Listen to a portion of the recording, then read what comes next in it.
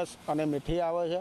અમારે ત્યાં સુરત નાસિક બાજુની આવતી હોય છે, પણ એના કરતાં અહીંયાની બહુ ગળચટીને સારી એવી હોય છે। લગભગ અમે 5, 7, 8 વર્ષથી તો અહીંયાથી જ લઈ જઈએ છીએ એમ। નાસિકની ડુંગળી અમારે ત્યાંની તીખી આવે છે અને બહુ ભૂંગાવાળી ને એવી બધી ડુંગળી આવતી હોય છે। સુરત, બોમ્બે, પાલનપુર, મહેસાણા જેટલી વસ્તી લઈ જાય ડુંગળી। આ ડિફરન્ટ એટલે ગંજ બજારમાં અમે વેચવા જઈએ તો આનું મૂલ્ય ઓછું આવે, પણ આ અમારી ખેડૂતની ડુંગળી વખણાય છે, ગળચટી અને બધી રીતે સારી, એ બગાડવામાં બગાડના।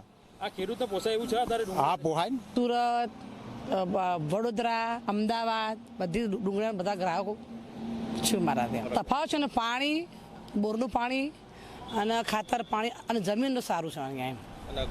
ડુંગળી ગળચટી હોય? હા, ડુંગળી ગળચટી।